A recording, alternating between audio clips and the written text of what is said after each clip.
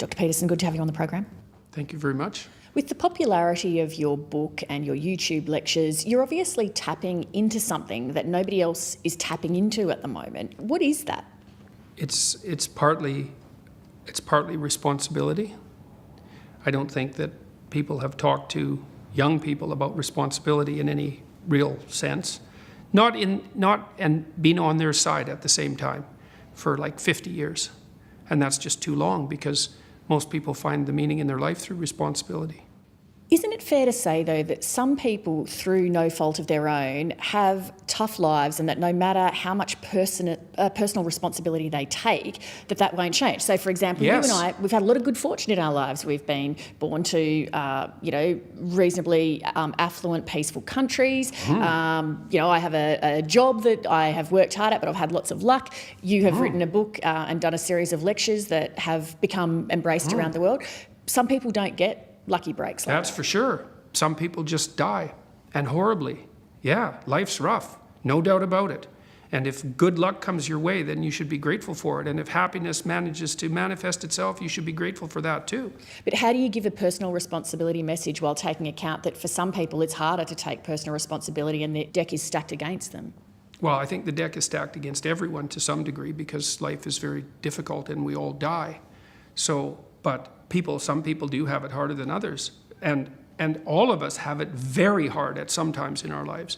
It's like, well, what's the alternative? You take responsibility for that and try to struggle uphill because the alternative makes everything worse. It's not like it's fair. I know perfectly well that people have brutal lives. I've been a psychotherapist for 20 years. I've seen things you can't imagine, horror shows that you can't fathom, and people who have been hurt in so many ways, so many dimensions. It's like, bitter? Should they be bitter? Should they be resentful? Should they become violent? These things don't help. They have to struggle uphill despite their excess burden. And it's responsibility, not guilt. It's not necessarily their fault. That's not the point. We've been seeing a trend, particularly in the United States, but also here in Australia, where there has been an erosion of freedom of speech on campuses, where people with views that are considered offensive, politically incorrect or triggering are no longer You mean now... people with views, in other words? Certain views, more than others, tend to be not just the subject of protest, but those people will be, there'll be attempts to exclude them from speaking at campuses. Yeah, I've noticed that. What is going to be the effect if that kind of behaviour continues in those kinds of environments? It's hard to tell. The broader social effect is not going to be good because lots of the things that are happening in the universities that aren't good are already leaking out into the broader social world. Part of what's going to happen is that people are going to stop coming and speaking on campuses. The comedians in the United States, many of them already they won't come and do their shows on campus because everybody's so sensitive to offense.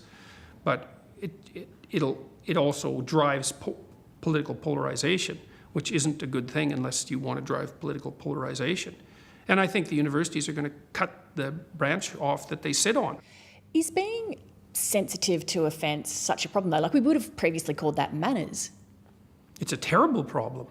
So imagine so the rule is you can't offend anyone, all right? Let's say you're speaking to one person, I can't offend you. All right, fair enough. What if I'm speaking to 10 people? Do I get to offend 1 in 10? How about 1 in 100? How about 1 in 1,000? You're going to come out on stage and you're going to say something important about something vital, and you're not going to offend one person in 1,000? Well, you can't say anything about anything important ever without offending probably the person you're talking to. Important speech about important issues, especially contentious issues, is instantly offensive. But there are ways that you can share, I guess, provocative views where you attempt to still do that with an air of, say, respectfulness, where you're trying to mitigate against the offensiveness. This is true, yeah. You can actually try listening when you're having a conversation, right? Assuming that both people who are having the conversation are of goodwill and they're not trying to play tricks and they're struggling towards the truth, which neither of them hold completely and both understand that. Yeah, you can reach across fairly large gaps and negotiate peace. Thank God for that, or we'd be at each other's throats all the time. Well, say the example of there are some transgender people who want to not be referred to as he or she. They would prefer to be called Z or they. If somebody wants to be addressed like that, what does it cost me to do that? It's hard to tell because the devil's always in the details. But as far as I'm concerned, that situation it's not relevant to the issues, for example, that I was involved in.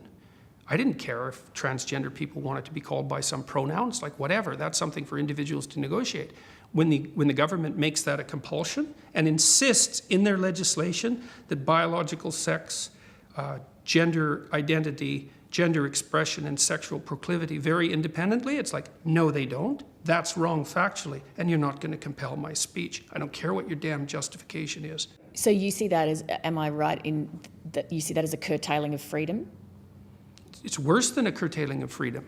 It's a demand that the population uses a certain kind of linguistic approach. It's an appropriation of speech. There's no excuse for that. That never has happened once in the history of English common law, right? It's a barrier that we do not cross. Hate speech laws are bad enough. It's not like there's no hate speech. Like anyone with any sense knows that there's hate speech. Who's going to regulate it? Who's going to define it? And I know the answer to that. The last people in the world you would want to. And then we cross another barrier and we allow the government to compel speech for some hypothetically compassionate reason? No way. That's a really bad idea. Dr. Peterson, thanks very much for joining us. Thanks a lot for the invitation.